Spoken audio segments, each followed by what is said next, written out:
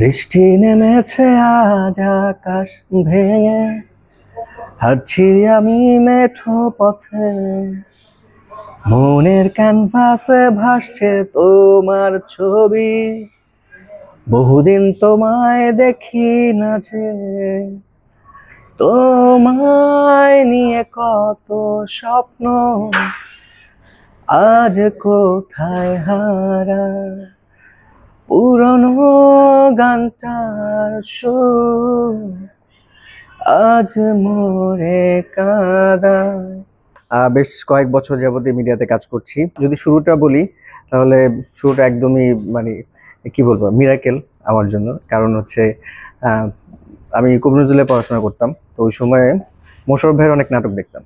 তো মোশাররফ করিম, তো ঈদের আমার 7 দিনই যেত যে মোশাররফ ভাইয়ের নাটক দেখে, বা বিভিন্ন সময় যে কন্টেন্টগুলো যেত সেগুলো দেখতাম। মানে নাটকের পোকা ছিল আমার মাথায়।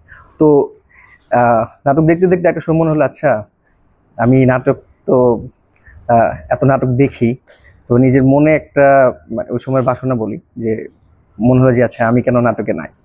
তো ওই একটা ইচ্ছা থেকে তখন আহ, জগন্নাথ ইউনিভার্সিটিতে অ্যাক্টিং এর ফর্ম দিচ্ছিল।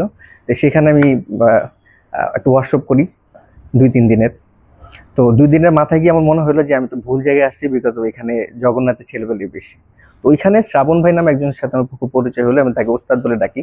তো বললাম যে ভাইয়া আমি তো অ্যাক্টিংটা করতে চাই, তো সেক্ষেত্রে কি করতে পারি বলে। তো বললো যে তুই থিয়েটার কর।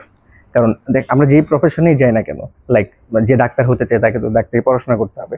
সো অ্যাক্টিংটা যেহেতু করতে চাইছি, ওই জায়গা থেকে তো অ্যাক্টিং তো শিখতে হবে। তো ভাইয়াকে ধরে থিয়েটারে জয়েন হইলাম দেশ নাটকে। দেশ নাটকে জার্নিটা 2011 সাল থেকে। তারপর থেকে অ্যাক্টিংটা শেখা, মিডিয়াটা চেনা। ওইখান থেকে একটা সময়ে আশরাফুল আশিস দাদা, যার মাধ্যমে আসলে অমিতাভ ভাই ওই সময় রবির বিজ্ঞাপনগুলো করতো, তো বললো যে তো এখানে বিজ্ঞাপন হবে তুই যা। গেলাম, অডিশন দিলাম, রবির বিজ্ঞাপন করলাম। ওই সময় রবির আমি হিউজ বিজ্ঞাপন করি। রবির ওই সময় বিলবোর্ড, টিভিসি, ওবিসি।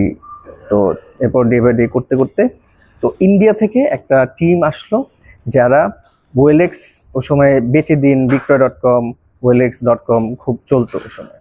তো ওরা বাংলাদেশে এসে ওয়েলেক্স.comটা বাংলাদেশে লঞ্চ করতে চাইলো। তো বাংলাদেশে ওরা ওয়েলেক্স.com.bd-র একটা প্রমোশন করতে চাইলো। তো ওই সময় আমাকে অডিশন দিলাম, সিলেক্ট হয়ে গেলাম এবং ওয়েলেক্স.com.bd-র অ্যাডটা করলাম, যে অ্যাডটাতে টোটালি আমাকে দেখা যেত, মানে আর কেউ ছিল না। তো ওই সময় বিশ্বকাপ ছিল, ওয়ার্ল্ড কাপ ছিল, চলতেছিল, বিভিন্ন শাহবাগে, তারপরে বিভিন্ন শপিং মলে বিজ্ঞাপনগুলো দেখানো হতো। তো দেখাতে দেখাতে আমার এলাকায় অনেকে আমাকে বলতেছে ভাইয়া আপনার তো একটা বিজ্ঞাপন দেখছি এই। তারপরে ওই সময় দীপ্ত টিভি আসলো নতুন, তো তারা এরকম ইয়াং স্টার খুঁজতেছিল। তা সামহাও ওরা আমার বিজ্ঞাপনটা দেখে, দেখার পরে ওরা আমাকে ডাকে, সেখানে সিলেক্ট হই। তারপরে দীর্ঘদিন দীপ্তর সাথে জানি 3.5 বছর। তারপরে বের হই বৈশাখী টিভির ছায়াবিব একটা নাটকে আমি ঢুকি, এবং ওই সময় এই নাটকটা খুবই জনপ্রিয় ছিল। আমার নাম ছিল বাবু ওই সিরিয়ালটাতে। তারপরে ডে বাই ডে আসলে যদি বলি হোসাইনের হয়ে ওঠা, মানুষ চিনতে শুরু করলো, জানতে শুরু করলো, আহ, কিছু ভক্ত হলো। তারপর থেকে নিয়মিত তো কাজ করেই যাচ্ছি। আমি অবশ্যই গল্পটাকে প্রাধান্য দিই, বিকজ আমার কাজগুলো যে দর্শক দেখে তারা জানে যে আমি আসলে কেমন টাইপ কাজ পছন্দ করি। আমি লাইক আমার গল্পগুলো এরকম যে কেন মেঘ আসে হৃদয় আকাশে, বেঁধেছি আমার প্রাণ, ডায়েরি। তো আমার গল্পের নামগুলো এরকম। আমি আসলে রোমান্টিক গল্পটা করতে বেশি পছন্দ করি। এছাড়া যেগুলো গল্পে কাজ করা যাবে, লাস্ট ঈদে আমার একটা কাজ রিলিজ হয়েছে হারামি। ওটার মধ্যে একটা ফ্রিজার ভ্যানের ড্রাইভারের ক্যারেক্টার আমি করছি, এবং আলহামদুলিল্লাহ ওটা অডিয়েন্সের অনেক রেসপন্স পাচ্ছি। সো আমি আসলে নিজেকে একটা সুতায় বেঁধে রাখতে চাই না। আর ভিউ বাণিজ্যটা আমি কেন পছন্দ করি না, যে আমি তো আসলে আর্টিস্ট। সো যতদিন আমি গল্পে থাকবো, গল্পের পেছনে থাকবো, ভালো গল্পে কাজ করবো, ততদিন অডিয়েন্স আমাকে দেখবে। বাট যদি ভিউটার দিকে কনসেন্ট্রেট করে আমি আগাই, তাহলে ভিউ যদি শেষ হয়ে যায় তাহলে আমি তো হারাই যাব। সো আমি ওই জন্য ভিউ বাণিজ্যে একদমই বিশ্বাস করি না।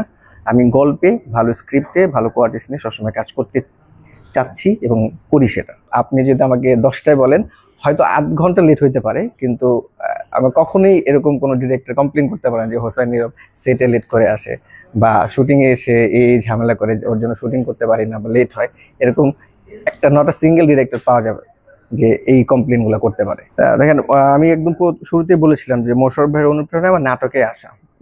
তো একদমই আমি কপি কেটে কখনোই বিশ্বাসী না, কারণ আমি চাই যে হোসাইন নীরব নামে বা হোসাইন নীরবের আলাদা একটা কোয়ালিটি থাকবে বা আলাদা একটা গুণ থাকবে, যেটা দেখে মানুষ হোসাইন নীরবকে আলাদা করতে পারবে। হ্যাঁ, আমি নিশু ভাই নাটক দেখি, আমার খুব পছন্দ হয়। রোমান্টিক কাজ দেখতে হলে আমি আহ, অপূর্ব ভাইয়ের নাটক দেখি।